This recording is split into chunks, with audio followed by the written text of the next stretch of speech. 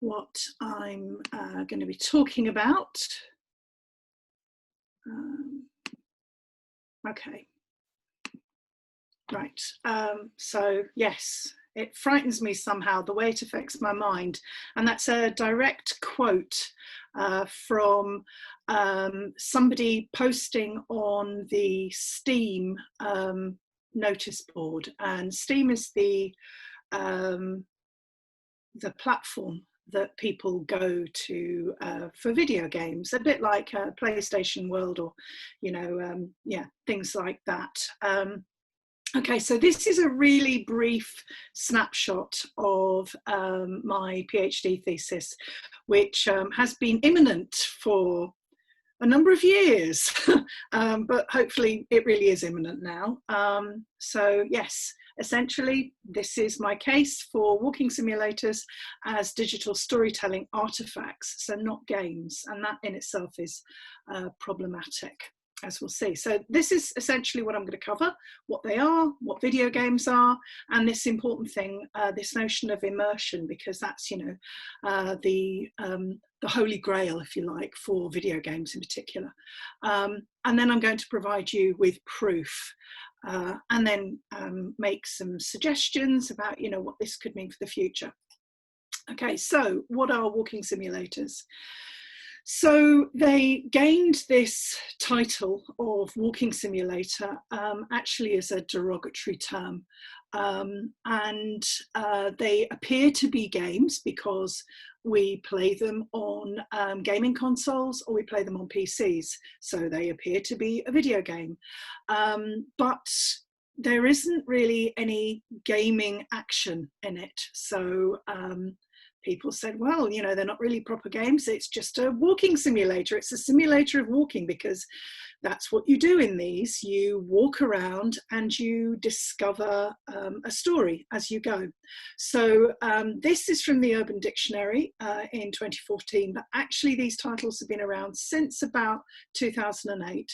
So they are still very, very new. And personally, I think that they are not the final thing as such. I think we're going to see a great deal of development over the next probably 5 to 10 years that will show us that, in my opinion anyway, that this is a new form, a new literary form.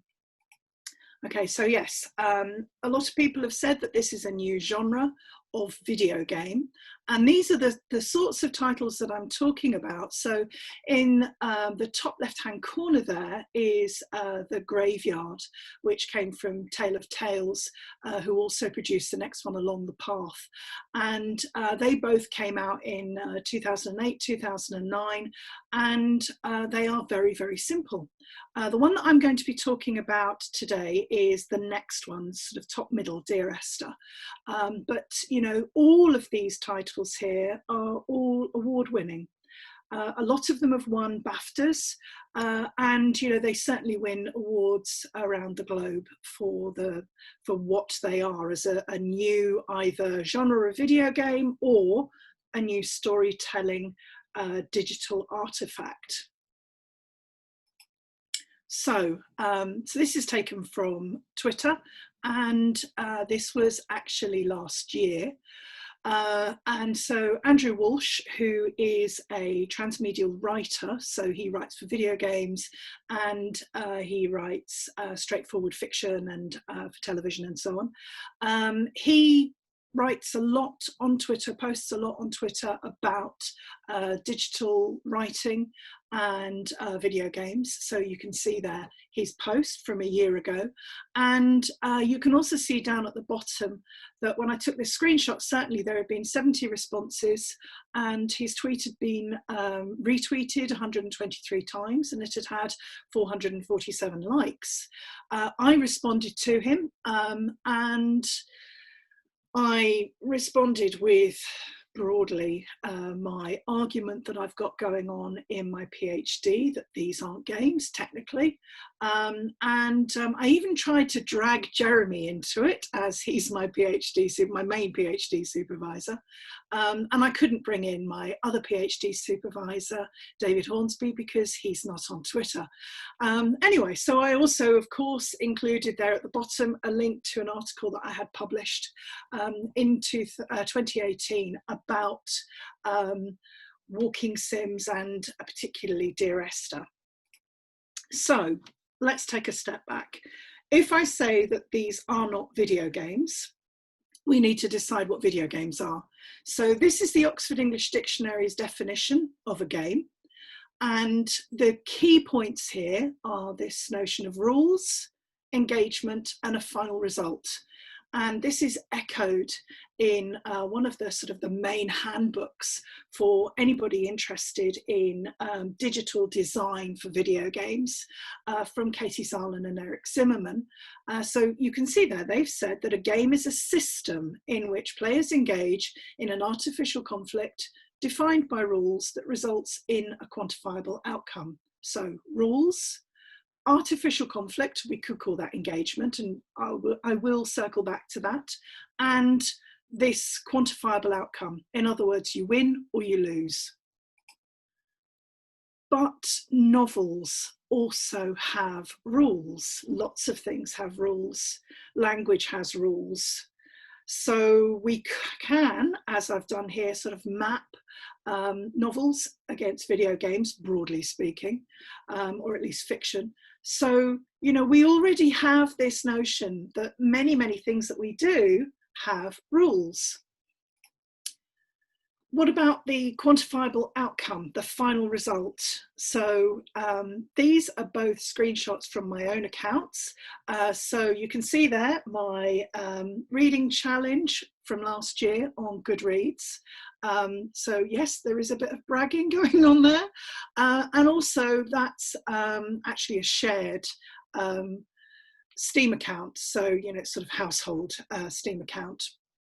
And you can see that I have been playing a lot of Planet Zoo. And so Planet Zoo is a terrific video game, a simulation game. And you can see that I've won lots of the Steam achievements. So I could say that I've finished it, I've completed it, in the same way that I might say that I've finished reading all of these books, I've completed that particular challenge. So, you know, we have all of these similarities in the way that we talk about both books, novels, fiction, and video games. But the really key thing here is agency. So the particular type of engagement that we have when we play a video game, and it's that big feature of the video game world. So when we go into the game, we get agency. So that means that we actually get to control how we move around. And in video games, we generally get to control how we move and compete, because that's how you play a game. That's a screenshot taken from Grand Theft Auto 5. And I suppose this is very much to sort of illustrate the amount of agency that I have in the few times that I've played Grand Theft. I'm rubbish at driving, not in the real world, in video games. And every time I play Grand Theft, I just go and steal an ice cream van and drive it around the park. So, you know, I'm not about sort of killing people and being violent and so on. But, you know, I use my agency, the control that I've got over my avatar in the game. And that's what I get to do, drive around. So here's the key takeaway. Games give agency and novels don't. So there's a GIF there from Red Dead Redemption 2, which came out not that long ago. Another fantastic video game. It has been likened or called a horse riding simulator, because you spend a great deal of time riding around. But as you can see, even within the game, you can play another game. you can go and play cards.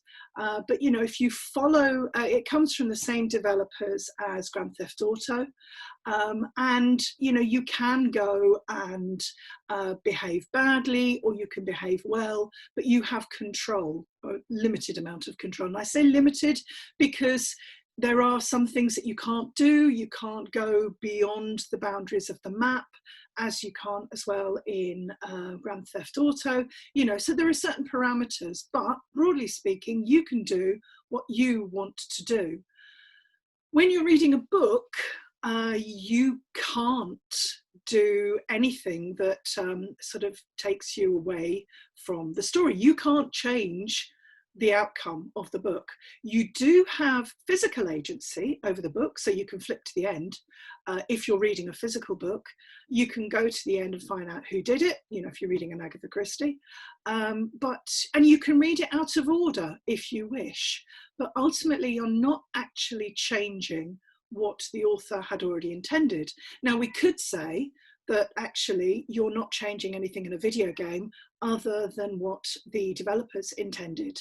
And for some games that's true, but there are an awful lot of games out there that have got procedurally generated parts that do things that perhaps the original developers didn't intend. And of course, then people come along and actually modify the games too. But ultimately, reading a book is very analog, it's very straightforward, and the agency that you have is limited. You can imagine what the setting might look like, what your version of the different characters look like, but that's all going on in your imagination, and it's not obviously on screen. So let's think for a moment about this notion of engagement. And I apologise if you can hear the cat meowing. He's just walked into the room. Anyway, so you can, we can look at how we engage with video games and reading fiction. So video games give us this hyper attention, which is something that a lot of people have pointed out is perhaps unhealthy. And when we look at social media, we also get this hyper attention. So we're constantly looking around, we're hyper aware. Whereas reading fiction, we need deep attention for that. We need to be able to lose ourselves in that fictional world. We get transported into that fictional world. And the attention that we give in video games is not the same if they're those traditional, particularly first-person shooter games, but even things like Tetris or Pac-Man, you know, we have that hyper attention because we're constantly looking out for enemies and, you know, what we've got to do next. So pretty much, as I said at the beginning, the real sort of holy grail for video games is this notion of immersion, of losing yourself within the video game, or, as we do, in books. So we are immersed in things that we enjoy doing. And that means that we forget about the world around us. So video games give us this thing called flow immersion, and I'll explain that in just a moment.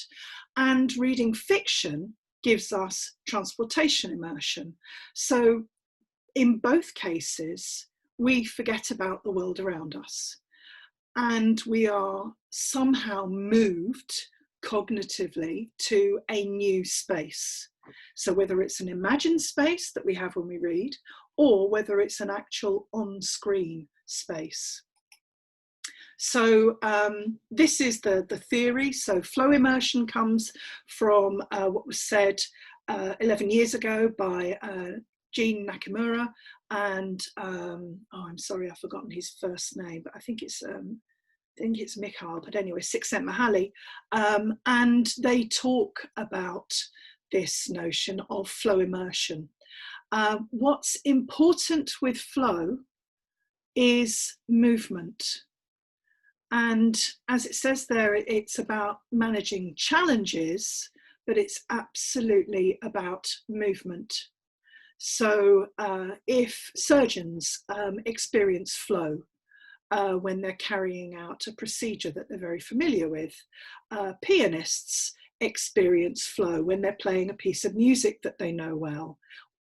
All of us that drive experience flow at one time or another. I'm sure you've had the experience of driving somewhere, like, you know, if you're driving to work or to uni, and it's somewhere that you're, you know, it's a journey you're used to doing, and you arrive there and you suddenly think, hang on, how did I don't remember actually properly driving here, but somehow I'm there and I've driven safely.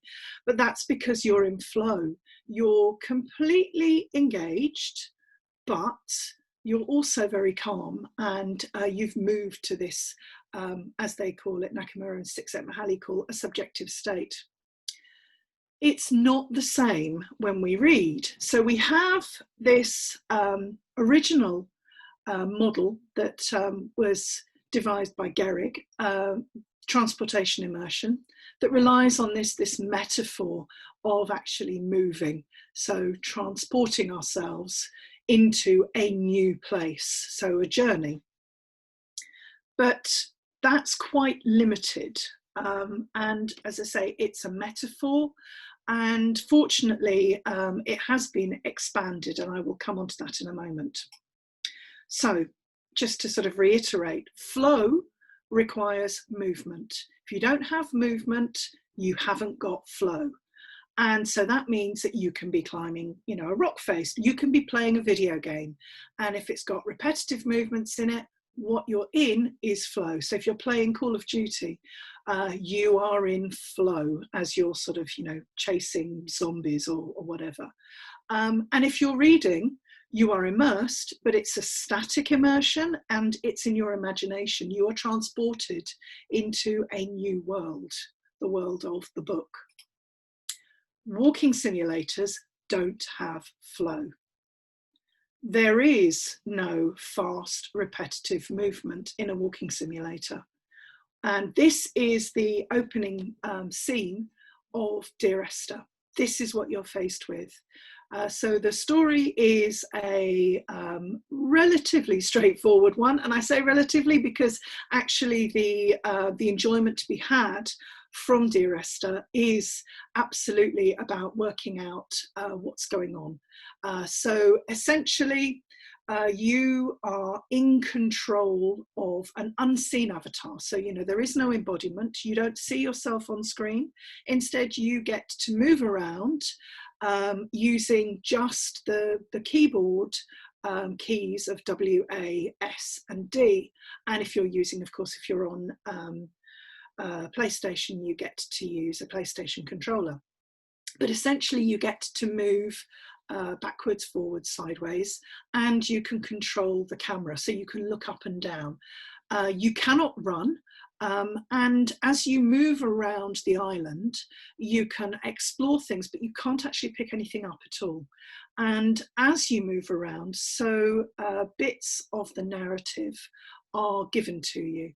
And it's quite disjointed because you might be able to see the text there. You know, this is the first narrative part that you get. Dear Esther, the morning after I was washed ashore, salt in my ears and sand in my mouth, and the waves always at my ankles, I felt as though everything had conspired to this one last shipwreck, and so on. That's voiced by what appears to be this man who has lost his wife, Esther. So all of the fragments of the story are addressed to Esther, and it appears to be him trying to make sense of her death. That's the other thing with walking simulators, is that they tend to be quite depressing, I suppose would be the word. They tend to be quite mournful, reflective, and not something that's sort of necessarily cheerful or jolly, but they encourage self-reflection. So you move around the island and you slowly make your way, because there is a single path. You can sort of leave it at certain points, but essentially you follow the path to the top of the island. And at the top there is a radio mast, and the the experience finishes with you climbing up the radio mast. And I mean, that climbing is not like climbing in something like Assassin's Creed, where you have to actually use the appropriate keys. And, you know, it's harder than climbing in the real world. With Dear Esther, it's simply pressing the W button, which moves you forward. And you reach the top of the mast, and then you leap from there. And it appears that you've turned into a bird, but again, you've got no embodiment. There's no visualization of any bird. I mean, there are birds on the island, but you don't actually get to see that bird. You don't get to see yourself. So there's an awful lot of discussion about from the forums about what's going on. But the important thing is no flow. You may be immersed, but it's not flow immersion. It's transportation immersion, the type of immersion that you get when you read. So there we are, reading fiction, you get this transportation immersion. In walking simulators, you have this story, and it's the story that immerses you. But it's also a little bit more complicated than that. So this notion of transportation immersion gives us this thing, this cognitive movement. So we imagine that we've moved into a new place, and it's sometimes referred to as a deictic shift. And there is a whole theory around deictic shift and how it works. So the word deictic, if you've not come across it before, essentially means the type of language that we use around placement. So we will say, we'll use deictic language like, the book is over there, or I am here. So it's very much about positioning yourself in the world and positioning other objects. So that's deictic language. So reading gives us a double deixis. We are essentially in two places at once. We are both sitting on our sofa at home, or, you know, sitting, as the photograph has there, little, well, I think a child, sitting outside reading a book. But they are also cognitively, in their imagination, they've actually moved to, and I've sort of assumed here that perhaps this is The Hobbit or Lord of the Rings. So they're actually also simultaneously in this world of the story, and they are imagining being there in the Hobbit village and going to meet Bilbo. So we make this deictic shift into a story world, and when we read, we get to be with the characters. We don't get to be the characters. So this is taken from the Goodreads forum, and this is an excellent book, My Sister the Serial Killer. And this is one of the comments you can see here that somebody read the book, and the important thing is here that they said they enjoyed every moment I spent with the characters. Excuse me.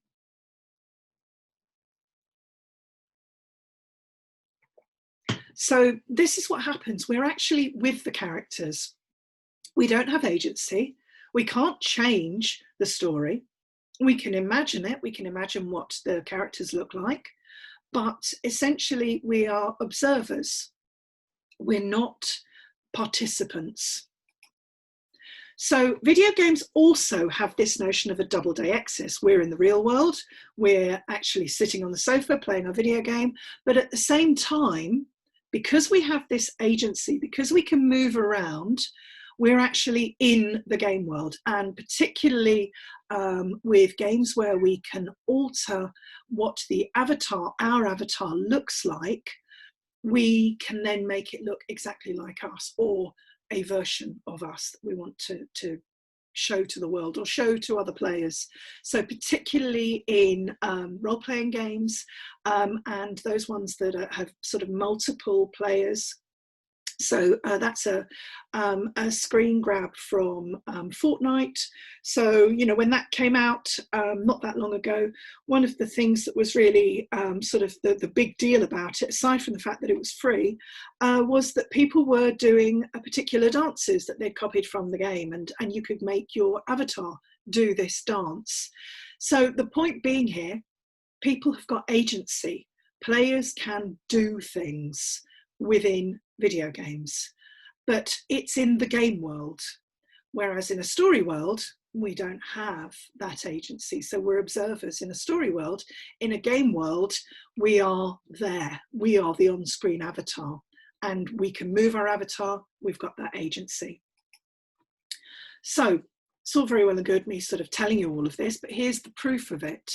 And the thing that, as I'll explain as I go on, the thing that I really looked for was how people describe themselves. So as you can see, this is from the Steam forums, and this is for Call of Duty Modern Warfare. And in one of the discussions here, dating from 4 years ago, and these are very, very easy to find, in as much as people, when they talk about their game, they will talk about, they will say I. So 9 times out of 10, I get killed because I advance forward, blah, blah, blah. If you look at the subjects covered there in that particular forum, it's an awful lot of sort of nuts and bolts about how the game works. So, you know, what do I do when things crash? You know, are there servers online? There's a slow download speed, and you know, then people looking for hints and tips and so on. We don't have people talking about the story and how they, excuse me, how they felt. We do have that with walking sims. So walking simulators are unique because they give us a triple deixis. So we're in the real world on the sofa. We're then in the game world because we're on the island and we've got this limited agency of being able to move around. But, you know, it's got that appearance of, well, this must be a game. But, and this is the crucial thing, the agency is very limited. And like reading a novel, we have a story world that is in our imagination. And that's the text. And the text that's there on the left is just a repeat of the text on the screen clip because it's quite small. So the important thing that you can see there in that fragment of the story is that what's happening there, dear Esther, I met Paul, I made my own little pilgrimage, and so on. We've got this story being recounted, but there's nothing being reflected on screen that matches that. We don't see the character, our narrator, we don't see them going to this semi-detached on the outskirts of Wolverhampton. We don't see him drinking coffee. We don't see this other character of Paul. We have none of that at all. Instead, just like reading a novel or a short story, reading fiction, we have to create that in our imagination. That's the story world, and it's separate from the game world. So what does all this mean? So this is essentially summing up the theory that I've gone through so far so that we can move on and look at some more of my proof, the data that I've collected and how I collected that. So we've got 3 columns there: video games, walking simulators and novels. And walking simulators, I believe, sit in this middle ground. So all 3 have rules. All 3 we can finish or leave them unfinished. In video games, it's a bit stricter. It is win or lose. But, you know, some large games, particularly like things like No Man's Sky, which is procedurally generated, we can keep on going back to them. Or my favorite, Planet Zoo, we can keep on going back. We might be able to win achievements, but, you know, we don't ultimately win it. We can just improve it and carry on enjoying it. So video games and walking simulators both have a game world, something on screen where we can move. And in a video game, of course, we have control over some of the action, but we don't really have that agency in a walking sim. Instead, we have this story world, which is what a novel has, and fiction in general has a story world that we imagine.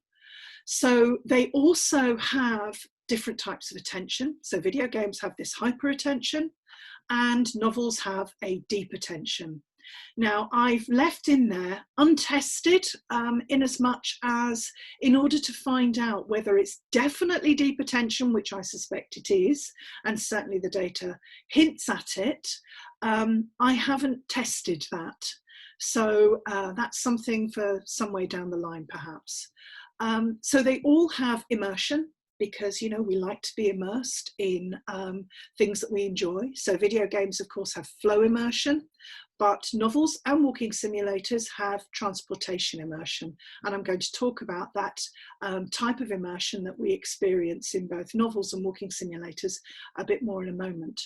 So we also have this deictic shift that happens, and in video games, it's a deictic shift into the game world. In novels, it's into the story world. Walking simulators, quite uniquely, it's into both, which is why I say, you know, this is a new form, and it's doing something very unusual. So for video games, the players talk about themselves being on screen. It's me on screen. It's my avatar. This is what I did. I won. I lost. In novels, we don't say that. We don't say, you know, after we've read Great Expectations, I am Pip. We might say I'm like Pip, and I can understand maybe some of the things that he went through, but we are still observing the characters. The same as if we're watching a play or watching a film. We're observing them. We might identify with them, we might empathize with them, but we don't become them. We do in a video game. In walking simulators, they are just like novels.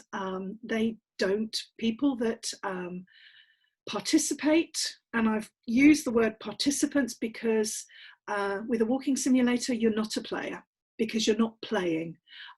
You do not have agency. It's not you on screen, but you're not completely a reader, because you do have the ability to move. So you're participating. So this is what I looked at in my research, and this is just focusing on Dear Esther. I did actually look at 3 different titles. I looked at Dear Esther, Firewatch, and The Novelist, but today I'm just going to talk about Dear Esther. So I took, as you can see, 60 posts from a Steam discussion forum, and you know, there are currently 256 active threads, but only in that time period up to when I was looking, which was in December 2019. But as I've got the footnote down at the bottom, thanks to the virus, people are going back to all the walking sims, and they've started to comment again. So, you know, that's slightly irritating, because I had got it all organised, but, you know, I'm being very strict, and my cutoff point is 8th of December. So those 60 posts that I looked at came from 30 individual threads. And as you can see, it was just over 11,000 words. And I was searching those, all of those words for particular things. So particularly references to being transported or somehow immersed. And I used Marie Laure Ryan's transportation model, which I'll get into in a moment. And I'll also explain some of the other things that I was looking for. So I did consider ethical issues, because obviously if you're going to use anything where there are people involved, you need to consider how you're using that material. So what I did was I followed some fairly recent research undertaken by Jo Mackenzie, where she looked at Mumsnet forums. But the difference with Mumsnet, although it's online, as you can see, it's often deeply personal. And the STEAM community discussions, the screen grab there, the general rules, that's actually taken from Steam, and you can see there that it actually stops people. It's against the rules to post personally identifiable information. So everybody has an avatar and a username. So despite that, I have still blanked out usernames, but I have left in links to the particular forum posts. So it's a sort of a halfway house, but there's other theorists and other academics who've also looked at this, and essentially the thinking at the moment anyway is that if you put it out onto something that you don't need a password to get into to read, then it's not a closed site, as it is with STEAM. The discussion forums, anybody can look at them. So, you know, it's a bit like Twitter. Whatever you say on there, you know, treat it as though you were in a public space. So why did I take this approach? Well, actually things changed for me in 2018. So as it says there, so far until 2018, academics like Marie Laure Ryan and Jan Thon and various other different people had only really looked at their own personal reactions when they were considering how immersion worked in digital fiction. And then in 2018, a group of academics in the UK and at Sheffield Hallam and in Canada, which is Astid Ensslin, but the others are all from Sheffield Hallam, they decided to, well, all of them had been looking at digital fiction for some time, and they came up with this new approach, which they call a cognitive empirical approach. And the key thing here is that they suggested using reader response. So actually looking at what readers are saying about books. Now they set up reader groups and then spoke to them after looking at or after participating in some digital fiction, which are the particular things that they looked at very, very close to walking sims and arguably are walking sims. I didn't take entirely the same approach. I didn't want to set up groups and so on, partly because you will have a problem with a researcher bias, and they do address this in their paper. So instead I've taken a completely ethnographic approach, which on the one hand seems like the coward's way out, because I'm just looking at what people have already said, and I didn't have to go and find participants and so on. But actually, ethnography is really well established, and it means that I'm looking at what people who would traditionally regard themselves as gamers, what they're actually saying in the wild, or, you know, on Steam. I didn't go really wild. I didn't look at Reddit or elsewhere. I just kept to the Steam communities. So the first thing that I was actually looking at was this idea of a deictic shift and who the participants are when they're on screen. So what we've got there is video games on the left-hand side. So that's taken from Grand Theft Auto. And again, we've got I died, I fly. So it's very much, I have moved into this game world. This is the space that I am occupying. Whereas for a walking sim, and that's taken from Dear Esther, we haven't got that. Instead, I left myself with the narrator. So they've made that deictic shift into the game world, but they're not the narrator. They are with the narrator. And, you know, the great thing is that this was said a number of years ago before I actually started looking at these. So, you know, it's proof. So I've looked at lots of different types of immersion, but the one that I'm going to talk about briefly today, because, you know, I could talk about this for hours, is this notion of emotional immersion. And this is something that Marie Laure Ryan developed, and she was talking very much about straightforward textual narratives. But as you can see, it's taken from her book, Narrative as Virtual Reality. So it's extremely useful because she does talk occasionally in her research about video games, and she is very concerned with them. So these are the three elements that she's identified for emotional immersion. So a subjective reaction, so, you know, you might like a character or not. An empathetic character, so, you know, you feel for them, you feel sad when they die, or when one of the other characters dies, perhaps. And you also feel emotions for yourself, so you might be reading a book and feel fear or disgust or arousal. So these are the sorts of emotional immersion markers, the reactions that we have when we're reading text.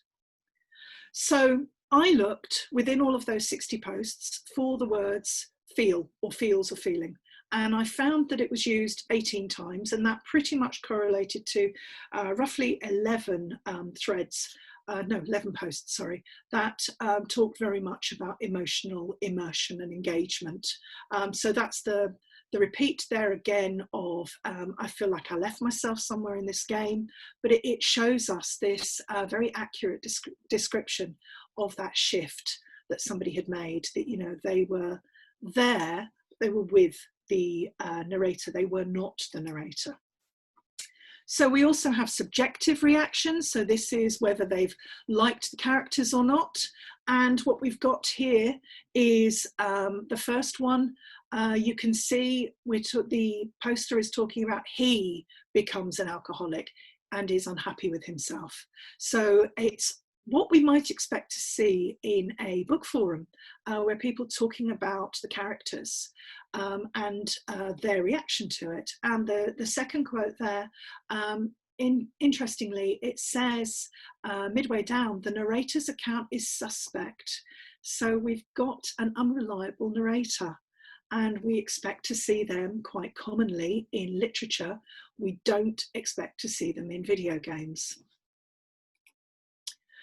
So we also had some empathetic reactions, and this one is where somebody has, the participant has felt for the character. And it's interesting that the text at the bottom there is taken from one of the varieties, one of the versions of the beginning. There are 4 different scripts for Dear Esther, and they're all sort of mixed up. So you can go experience it again and again, and you get a slightly different take each time. So we've got that piece there, and of course it is, the whole story is about Esther's death and the narrator trying to deal with that. And there, you know, that quote from one of the participants who found it extremely difficult and deeply personal. I thought the narrator was stealing the thoughts right out of my head. You know, that's again the sort of thing that we experience when we're reading a book. And we also had, I think there was just one example of this, emotions for oneself. So one participant, as they've said there, I was scared of anything near water. So in the real world, they're scared of water, and actually that moved over into experiencing Dear Esther, and that's another screenshot. From, you know, being on the island, and you can go into the water and you hear a voice saying come back, and then if you don't come back, it returns you to the beginning, where you're on the groin by the lighthouse again. So my conclusions. So so what? So I believe that, and I hope I've proved, or certainly I'm on the way to proving it, that walking simulators sit between video games and read fiction. We could also say that they sit very close to film as well, but the important thing is that we could call that literature. If we see film as an extension of or part of drama, you know, which is drama, fiction and poetry are literature. So walking simulators sit between literature and video games. They do share elements of both, which is unusual. And what I've found so far is that the participants do experience something that is far closer to reading fiction. They are not playing games. They don't have that same feedback. They don't talk about I am in the game, you know, and I did this and I did that in quite the same way as we see in traditional video games. So we're very much at the early stages of walking simulators and interactive fiction and interactive film. And at the moment, there are lots of growing opportunities for writers, and that will continue. And of course, for readers, you know, if you're somebody that really enjoys reading a good book or a short story, you may find that actually you really enjoy a walking simulator because you can fully immerse yourself, but you get that same sort of experience that you might have with reading a novel. And certainly, you know, this is a new form of digital storytelling media, whatever we call them. It's certainly an exciting new area for digital humanities. And I think we will see a big expansion.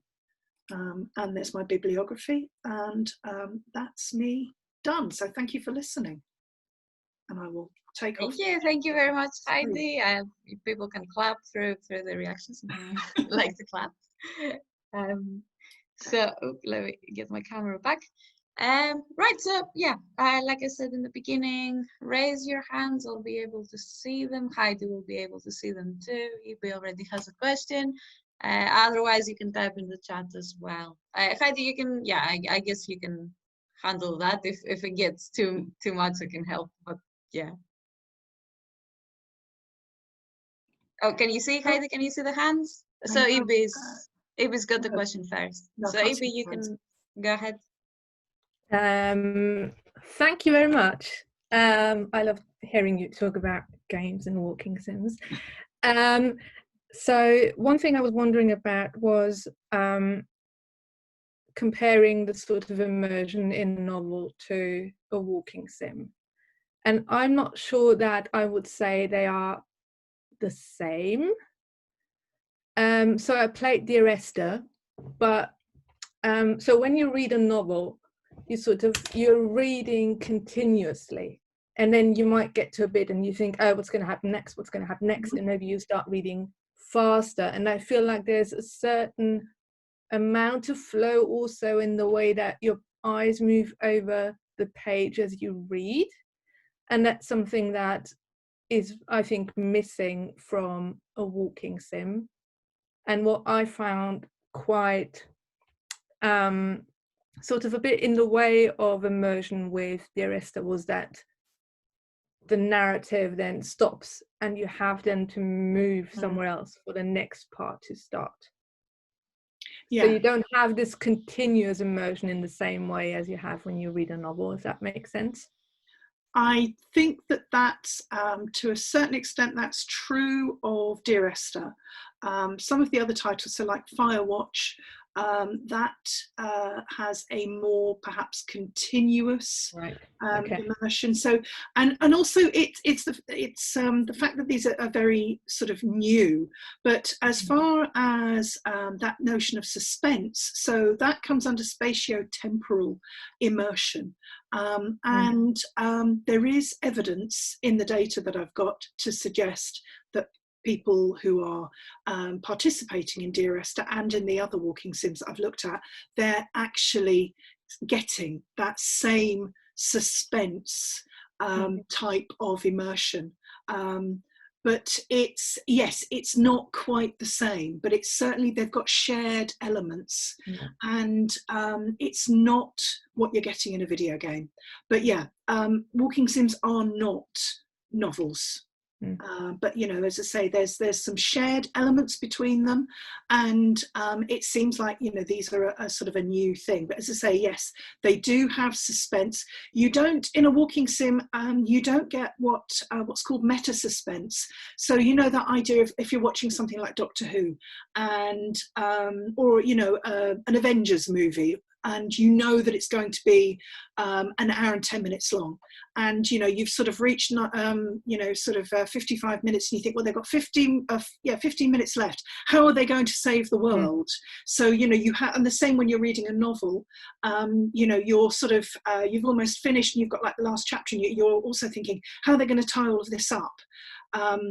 You don't have any of that in walking sims, and you don't get it in video games either, because you don't necessarily know, unless you've read about it in advance, you don't know how it's going to end. You don't know how long they are.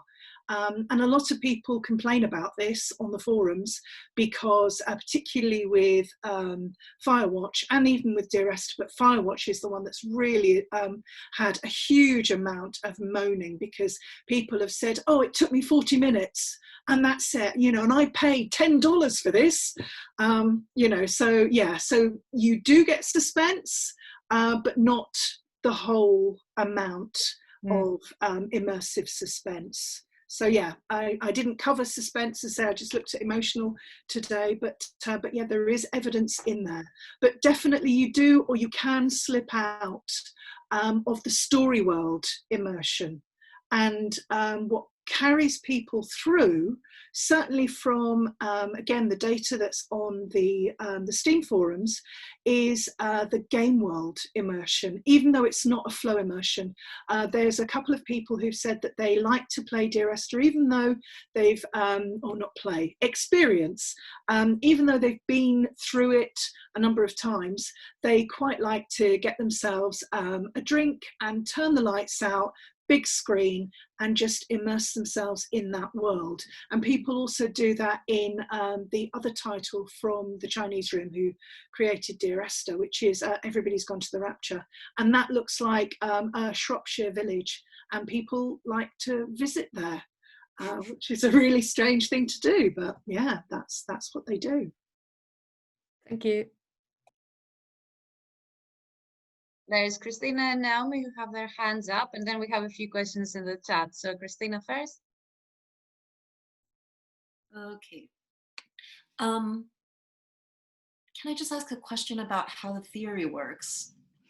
So I wasn't sure, based on what, how you described it, which of the following it was. So this is about like the direction of classification. So one way of determining what kind of situation you're in might be to say, okay, we're gonna see whether people are engaged in hyper attention or deep attention in an independently determined way. And that's like my diagnostic. So then if you have hyperattention, however you determine that, then what we're dealing with is a video game. And if you have deep attention, then we have a walking sim or a novel, right? Or maybe you determine what kind of immersion people are experiencing, right? So it's somehow independently determined properties of flow immersion or properties of transportation immersion, and that tells you whether what you're dealing with is like a standard video game or a walking sim. Or maybe what you have is you determine based on, let's say, like the deictic properties, as you were discussing. You determine whether you're in a video game, a walking sim, a film, whatever, and that then makes predictions about what kind of attention you should be using, or what kind of flow you should be, or what kind of immersion you should be experiencing. Does any of this sound more right, or more like how you're thinking about it than the others? This has been part of the problem because people have, over the last, say the last 20 years or so, some people have talked about, because obviously I've sort of looked a lot at what's been said about video games, and an awful lot of people have been saying, oh yeah, hyperattention, blah, blah, blah, compared to deep attention. And obviously because walking sims are relatively new, there is some academic writing about it, but not a huge amount. So there's quite a bit on hyper versus deep attention, particularly from the point of view of reading. And then some people have looked at, again, from reading, deictic shifts, and the sort of the comparison to a deictic shift in a video game is going into the game world. So there is still this, as I say, this cognitive shift happening, but you know, of two different types, either into the game world or into the story world. And it seems to me that the most reliable at the moment, because the theory is still being written, so we do have these three different approaches. It's either looking at deixis or immersion or attention.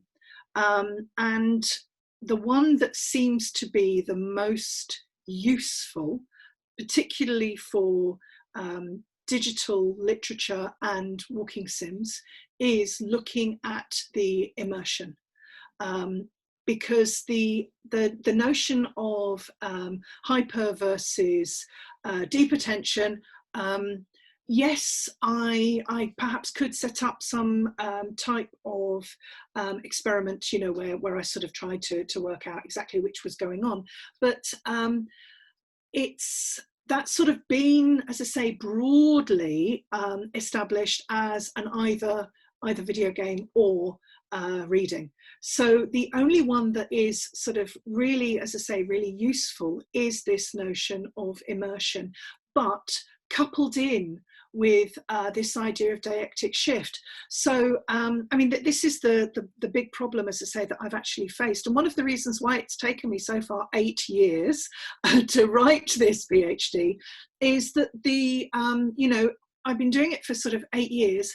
These things didn't even really exist in quite the same way. You know, an awful lot of the titles are, well, you know, The Graveyard came out in 2008, so it's an emerging field, and I was sort of stabbing around in the dark for stuff. So half of my thesis is trying to establish what's the best way to look at these. So yeah, it's an ongoing problem, which is why as well, you know, the 2018 paper from Alice Bell and Astid Ensslin and Jen van der Boom and Isabel van der Boom and Jen Smith was really, really useful, because they were actually identifying things and setting them out. And Alice Bell is actually my external examiner. So, you know, that's also useful. You know, Astid Ensslin has written an awful lot about how video games work, and this notion, as I say, of immersion. And in her book, Literary Gaming, she devotes an entire chapter. Well, one of her case studies is The Path, which is one of the early walking sims. But she says that that's, you know, right on the extreme ludic end of digital literature. And there isn't actually really much, you know, it's a walking sim. You have a game world, you move around, but there's no real sort of gaming as such. So yeah, this is a problem as to which approach is the best. As I say, I think mainly immersion, but I believe that we have to bring in the deictic shift to be able to bring in the cognitive poetics, and to really sort of identify what's perhaps going on. But it's still such an emerging area, and you know, I'm still attempting to unpick it. So I don't know if that answers your question, but yeah, it does. It seems like then it would be really, really useful to have some independent way of determining what kind of immersion people are experiencing. well, that's what I was I've been doing with looking. So you've done it by looking at how they describe their experience. Yeah. But, yeah, and it's unprompted. So the 2018 paper from Alice Bell and others, that actually they set up reading response groups. And so they got groups to come in, and they had some digital literature that was very close to a walking sim actually set up in a gallery space. And they asked them to interact with it, and then to talk about it afterwards. So, but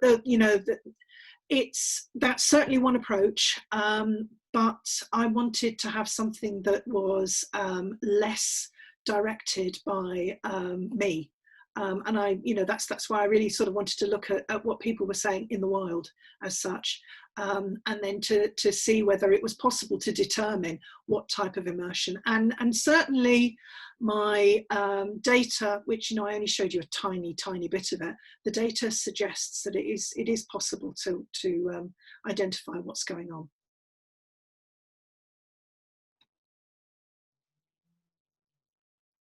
Right. Naomi is next, and then we'll go to the chat. So sorry, Rufus and Luke, you'll have to wait a little bit longer so we address the questions in the chat. Naomi? Hello. Firstly, thank you for your presentation. I thought it was very interesting, and particularly because this is a totally new world for me. Like, I've never played any sort of digital game at all, so it was quite interesting. you kind of touched on this. I'm not sure whether it's just the examples you put on the slides, but to me, does it have to be the genre that is kind of really dark and morbid and kind of depressing? Is that kind of fundamental to the immersive experience? And if you think that, do you think that's potentially limiting its expansion? Or do you think there could be a new direction of kind of genres, or is that kind of a key part of it, do you think? At the moment, every single title is depressing. Yeah. They all deal with death and loss. You know, with Dear Esther, he's lost his wife. With Firewatch, the main character has also lost his wife, but she's not dead. She's got early onset Alzheimer's, and you know, it's about the loss of his relationship and so on. And then the other one that I looked at, The Novelist, it's more like a game, and you do actually have to, you are the novelist, and you have to try and manage everybody, this small family's outcomes. And at the end of each day, after you've been round and sort of found out what they all want to do, you have to choose one person over another. So there's this juggling act that goes on, but essentially nobody gets to win. Yeah, so there's all of that sort of stuff going on.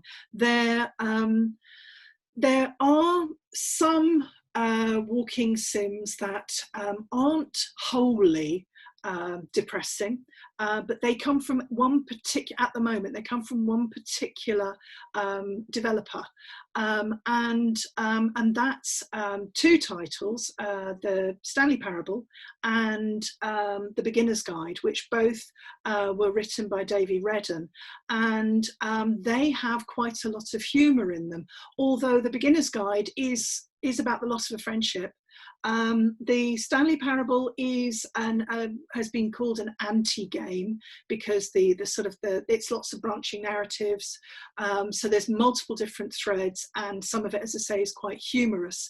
So there is the potential for them to be humorous, but it just seems so far the developers tend to be concerned with things that are quite sad. Although Gone Home appears to be sad, looks like a horror movie at the beginning, but actually is a really sort of positive and encouraging story. The other one, the one that has the fish in it cutting up, which is about a family, and I can't remember what it's called, and I know I've sort of put it up there. It's What Became of Edith Finch, or What Remains of Edith Finch. Thank you, Jack Lowe. I can see it sort of popping up. What Remains of Edith Finch. That appears to be quite miserable because it's about the entire family dying, but actually it's really, really dark humour, and it's very, very funny. So yeah, they do seem to be concerned with death and loss, but there are some titles that do have humour in them. So I think there is the potential. We're just at such an early stage at the moment, and there are more titles appearing, but you know, there are others that deal with losing a child to cancer, and you know, let's say, yeah, exactly, it's not cheery stuff, but there is the potential to do that. I don't see why they can't be more cheerful, but they I suppose it's dealing with sad things is a really sort of shortcut to making people empathise. That's what I was thinking. I think maybe I was wondering if that's part of it, and part of why people feel so maybe immersed in it, because in a weird way sometimes people crave watching sad things, or you know, that kind of really strong feeling you can only get from miserable things. So maybe I think that's it, exactly. Kind of, yeah. But as I say, we're at a really early stage. They've only been around for, you know, a decade, it's so early that who knows what we'll have. But yeah, at the moment they're miserable. Thank you. Right, so going to the chat for a minute. So we have a question from Lizzie. Do walking sims have to be open world 3D graphics for this immersion, or is it possible for 2D games to achieve the same literature-like effects? And I think there's a follow-up from Hannah after that, which says, could point-and-click story games be considered a walking sim? I looked at point and click, and I looked particularly at things like Thimbleweed Park, which is a fairly new point and click. But I also sort of, I started my research by looking at Colossal Cave Adventure, which is like one of the very first video games, as well as Pong as well, which is the first video game. So, you know, I sort of took in the whole gamut of video games and looked at all of them. They are narrative. So yes, point and click are narrative games, but they still have this challenge in them. You know, there is a sort of a win or lose, and they've often got puzzles in. Whether they can be 2D or 3D, there are an awful lot of dating sims, believe it or not, particularly Japanese dating sims, and sort of branching narrative stories. So if you've come across the Doki Doki Literature Club. Oh my god, yeah, I know that one. Which is quite frankly scary eventually, but it appears to be just a branching narrative, and you know, very much sort of simple 2D, and a lot of developers who are mainly writers are using sort of straightforward 2D graphics rather than having to create an entire three-dimensional game world. And I suppose that the sort of the defining line there would be that a lot of those would technically come down to being digital literature. Even if, you know, sort of things like Doki Doki Literature Club, even though there is a sort of a game element, because you have to finally get it off your own personal PC, and you have to go through the root drive and so on. But yeah, so there's no reason why you couldn't have 2D. It would perhaps, as I say, make it more along the scale towards digital literature. But as I say, at the moment, the field is just so undeveloped. But, you know, so that there are people like me, and there's not many of us doing this, but we are sort of trying to essentially write the theory, because it doesn't exist, or hasn't existed so far. So we're sort of dragging things in from gaming theory and how video games put together, and we're also, certainly for my part, looking at literary theory and how that works. So yes, they could potentially have 2D, but they'd more likely then to be, because it's only really story world, it'd be like a picture book. That would be more digital literature.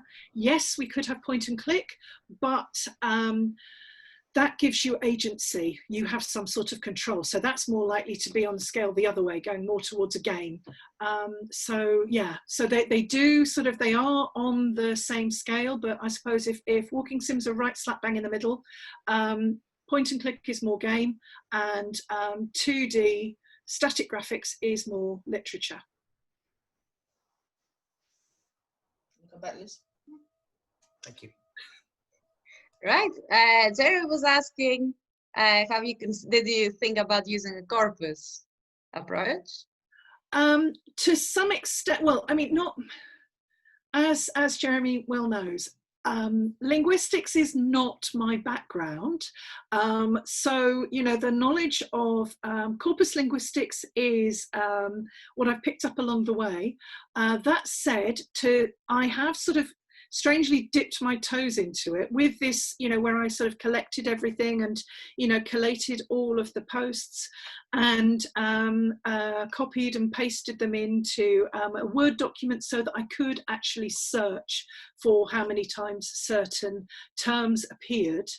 So that was, but you know, that strikes me as not being sort of proper corpus linguistics, but there was a bit of a corpus approach, and I can see that further down the line, once the thesis is submitted, that I I would certainly look at that, because I think that that could be useful, looking at specific terms that are used and specific constructions that people are using. But for this, and obviously I'm sort of at a point where, as Jeremy well knows, where I'm trying to sort of draw a line under everything and just get it written up. And, you know, a completed, finished PhD is better than one that's perfect. So yeah, at the moment it's that race for the finish line. So yes, a bit of corpus, but probably something that I'll develop going on. Right, so there's a question from Oliver in the chat. Does the inclusion of conflict or threat preclude the game from being walking simulator in your opinion?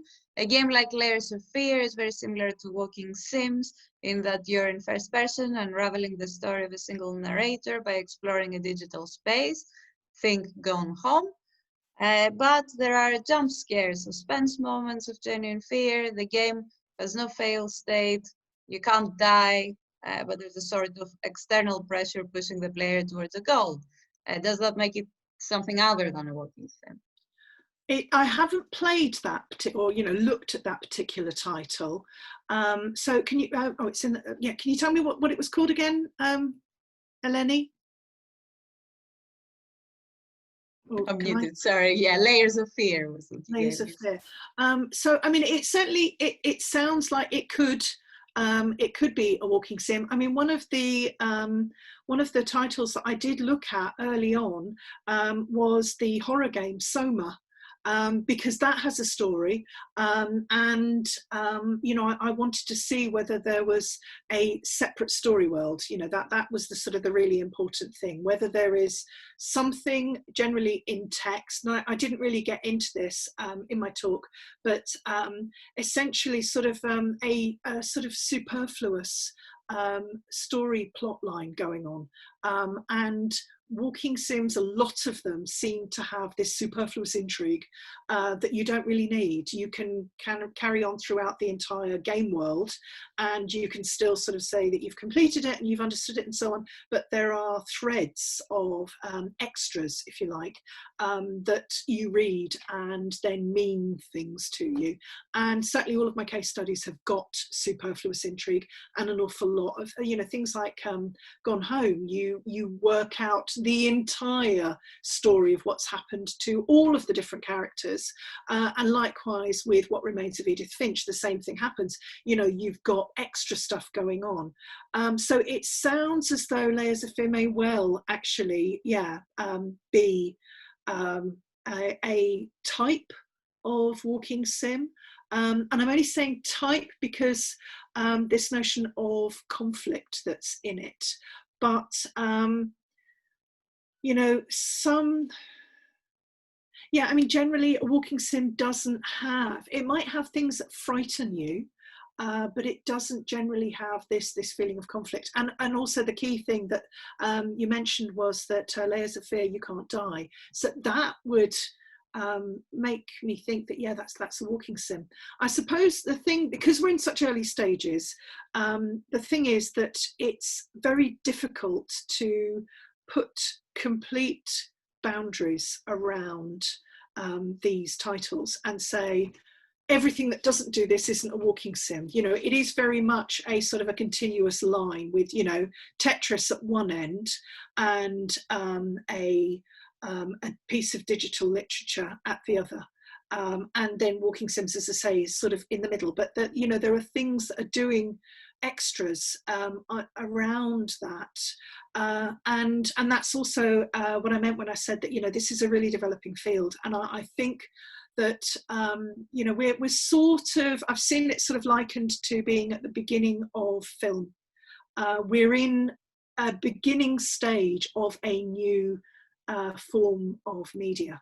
And some people are saying that, oh, they're like, you know, the Black Mirror episode Bandersnatch. Oh, well, you know, that's like a walking sim, but it's not. It's an interactive film, but it's got sort of elements of digital literature and the sorts of things that you might have in a walking sim. But obviously you don't have a game world, but you do get to interact. You've got agency. You can get to choose.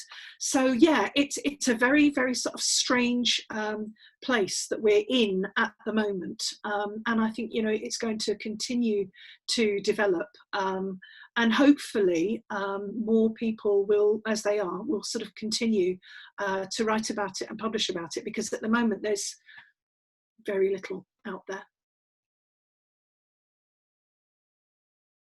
Rufus, sorry for the wait.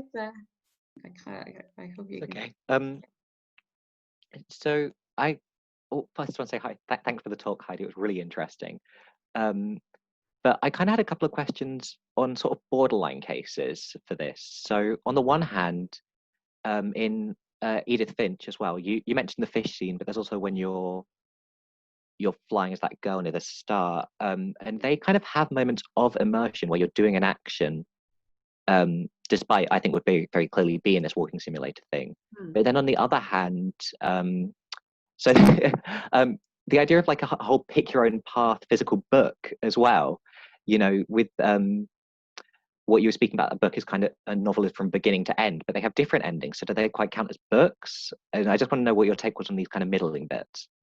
Yeah, I mean, I suppose that's the thing again, that, you know, it's very much a sort of a whole spectrum. So yes, as you said, in Edith Finch, certainly there are the bits when you go into the various different rooms and find out more about the different members of the family.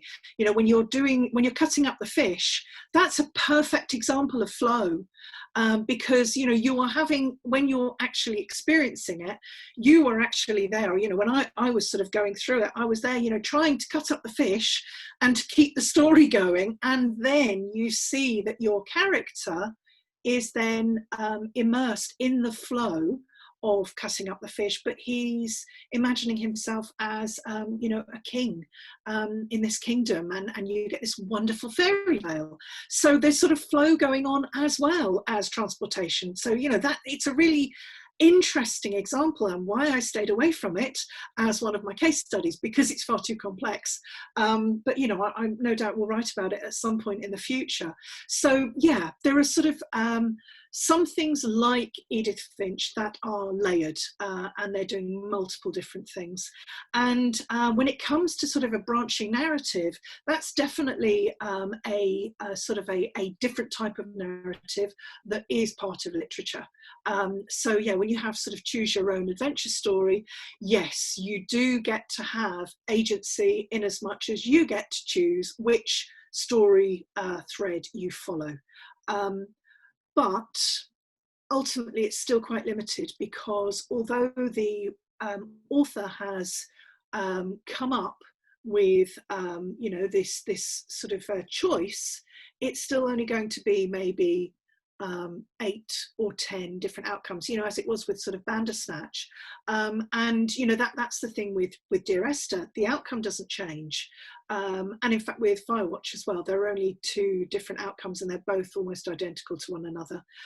With The Novelist, and the reason why I chose The Novelist as one of my case studies is there are multiple outcomes, and so that has a game element. So I suppose again it's that thing that what we're looking at the moment is a spectrum, and some of them do really interesting things with the narrative and have a very linear, straightforward narrative, like Dear Esther, and like Firewatch, and some of them, like The Novelist and the Stanley Parable, have a branching narrative that makes it more complex. But I suppose the really important thing here is that they don't have conflict in quite the same way that we would see conflict in a video game. And, you know, as I sort of pointed out in the slides, everything has rules, so we can't really say, oh, you know, a game is only something that has rules, because books have rules, and narrative has rules, and so, you know, we can't say it's that. We engage with all of these things, So we can't say it's just well, maybe it is the type of engagement, but yeah, it's sort of, it's layered, and it's still developing. So I'm not sure if that's a very useful answer, but it's sort of where we are at the moment. It's developing, and nobody has a definitive sort of, oh, it's X. They're definitely, walking sims, though, definitely aren't games. That is definitive. Got it here first. I guess you can say there's a continuum, like there don't need to be concrete categories where every single thing fits. Anyway, I'm moving on to Luke. Hi Heidi, yeah, thank you very much. Interesting as always.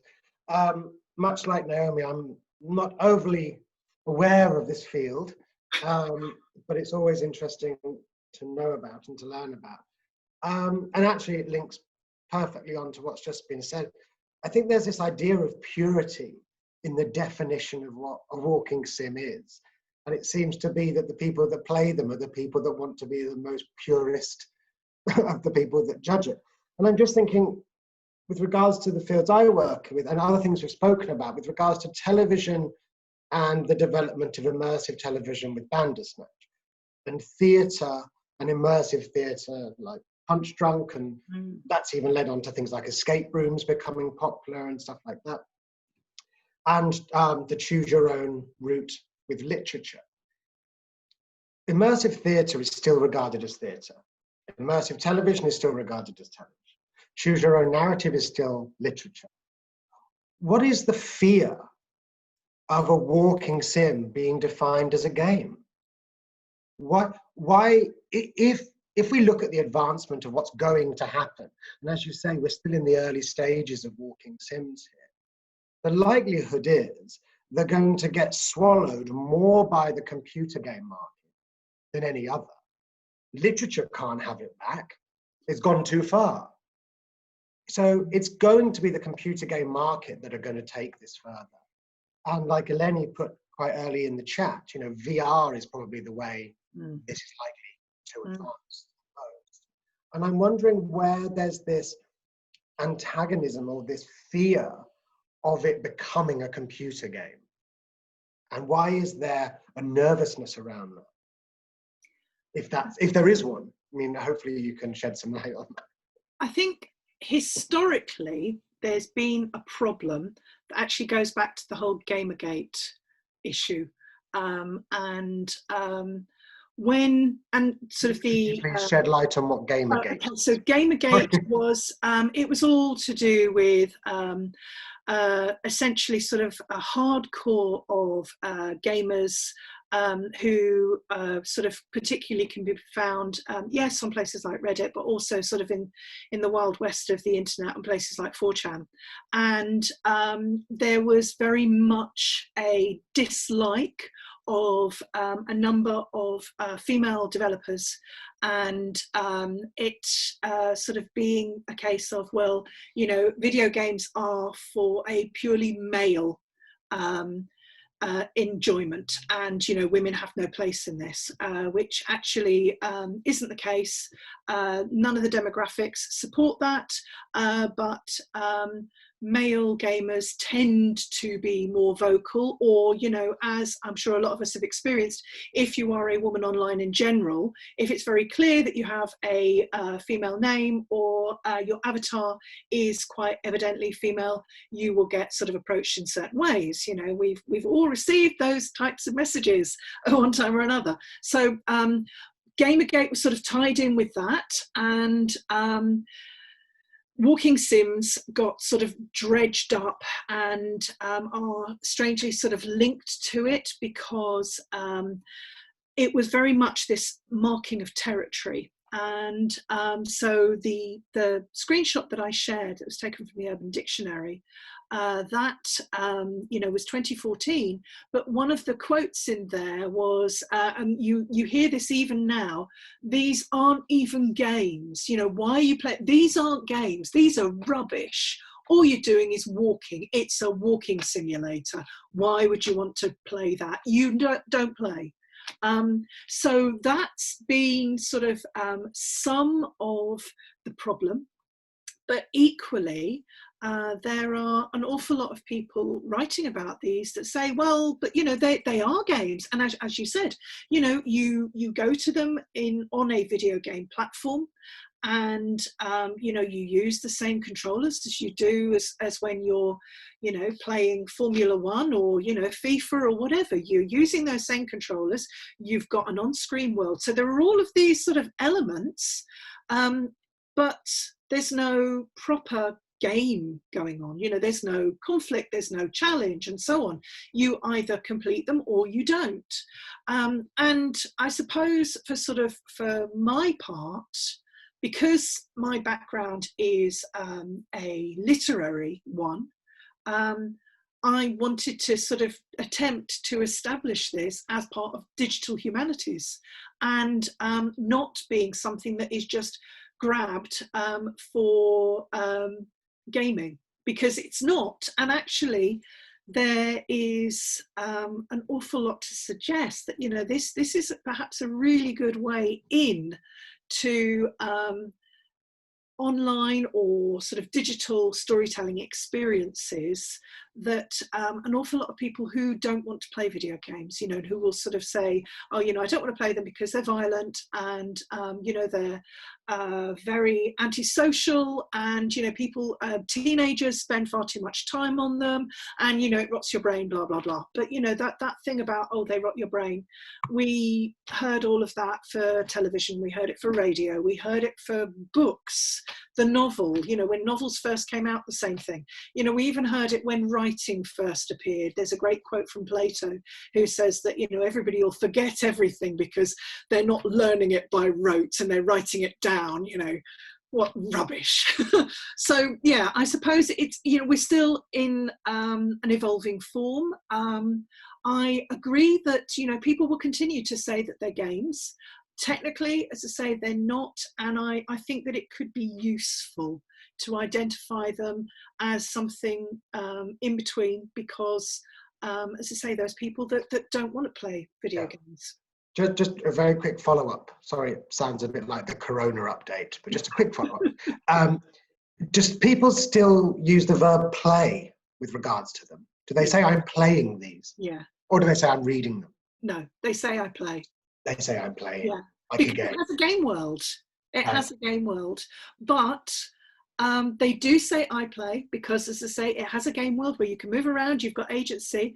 But when they talk about their experiences, and certainly this is for all three of my case studies, everybody says the characters, and they are not the character. It's not their avatar. Well, it's only in Firewatch do you actually see something of the character, and that's only if you look down. If you angle the camera down, you can see your torso and your legs and your feet with walking boots on.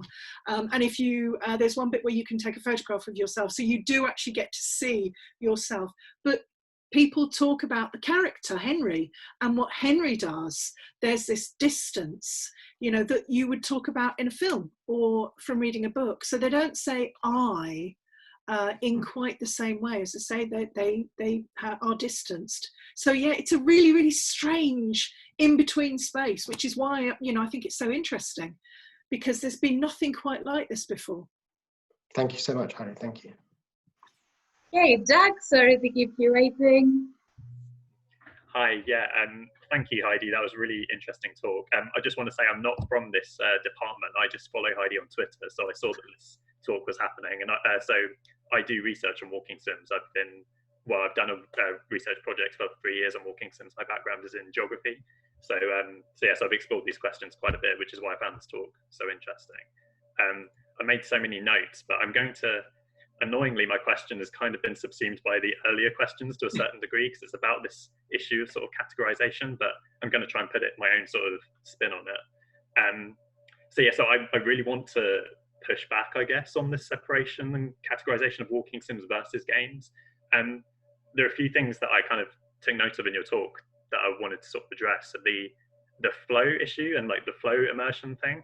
I think even in like what are considered quite pure walking sims like Dear Esther, I think flow immersion is still really important to them, because so as part of my research on them, I interviewed Dan Pinchbeck and Jessica Curry from the Chinese Room, and I played the games myself and interviewed people that played them. And one of the consistent things that kept coming up was the importance of rhythm and movement, and especially sound. So when we think about immersion, like the sonic immersion is so important to that whole space. And in Dear Esther, that interaction between the consistent movement you take through the environment and the sound that's produced when you're doing that, not only the music, but also the ambient sound and the narration, that's kind of one of these central kind of pillars to the game.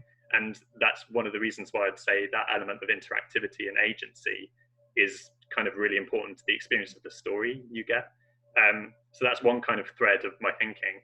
But I also think that there are other elements of play in these games, in terms of a lot of people play them in terms of completionist forms of play, in the sense that they want to discover all the different story threads going on and all the different, you know, audio diaries or whatever it happens to be.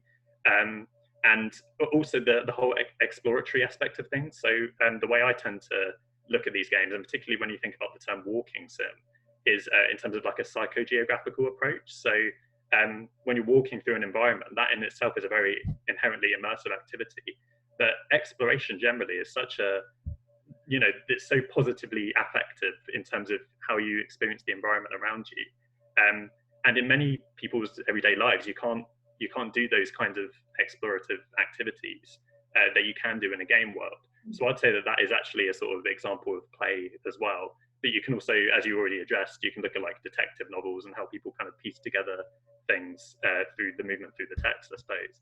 So I guess if I'm trying to sort of like squeeze this into a question, it would be more sort of like, can you not account for these experiences in a way that doesn't try to categorize them as either games or literature? Like, I'm just trying to understand why this is important, because I'm just kind of wary, because especially games as well, not only walking sims, but games themselves are such a new medium.